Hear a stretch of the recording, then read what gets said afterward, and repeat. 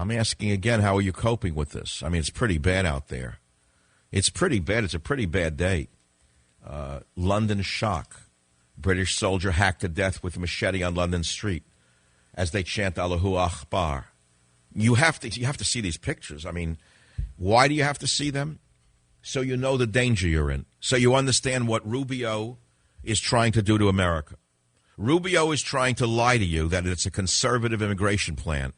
Make no mistake about it, Rubio is a front man for the very same machine that Schumer, Lindsey Graham, Durbin, and the others report to. And that machine wants America's demographics changed forever. That machine wants this country never again to look like America. That machine wants this country in chaos forever.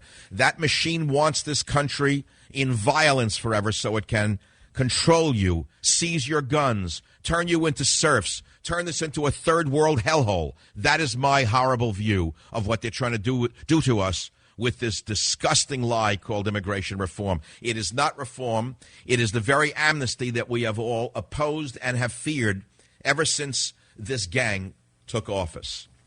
But the question is, how does Rubio get away with it? How does he become the spokesmouth for Schumer?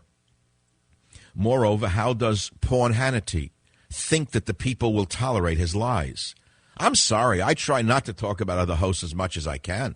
But when I listen to Paul Hannity in my car driving to the studio, and I hear him talking to an all-too-familiar Rubio's voice, and they're both going on and on and on about the wonders of the immigration plan, I know something's wrong. And I know they both work or answer to the same party. That's my opinion.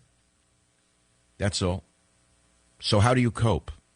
How do you cope? You heard Lerner. Listen to clip 8. You'll hear what we're talking about.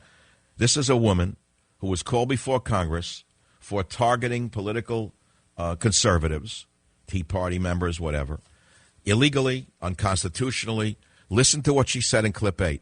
And while I would very much like to answer the committee's questions today, I've been advised by my counsel to assert my constitutional right not to testify or answer questions. You have no constitutional right with your behavior. After very careful consideration, I've decided to follow my counsel's advice and not testify or answer any of the questions today. Because I'm asserting my right not to testify, I know that some people will assume that I've done something wrong. No. I have not. Jodi Arias. One of the basic functions of the Fifth Amendment is to protect innocent individuals, and that is the protection I'm invoking today. Thank you. And then this dirtbag gets up, and she walks out of a congressional hearing without a further word. She doesn't even sit there. Her and her filthy lawyers with their big, brilliant briefcases walk out like they're God Almighty. Why? Because they know who's protecting them. They were told by the DOJ. They were told by the White House, in my opinion. They were told by their controllers, don't worry about it, nothing's going to happen, the fix is in. Very much like a third world dictatorship. And that's why she had the imperiousness and the audacity to just get up and basically spit on Congress. To me, that was contempt of Congress. If you go back a number of years and you watch the Valachi papers or Valachi hearings, where Joe Valachi turned on his mob cohorts, testified, or you watch even movies, fictionalized versions, and a gangster gets up, at least he had the dignity to say, I refuse to answer on the grounds that I might incriminate myself, and he sits there with dignity. Do you know that organized criminals have had more dignity than this Lerner had today? Listen to what I just said to you. I've been watching America for a number of decades now.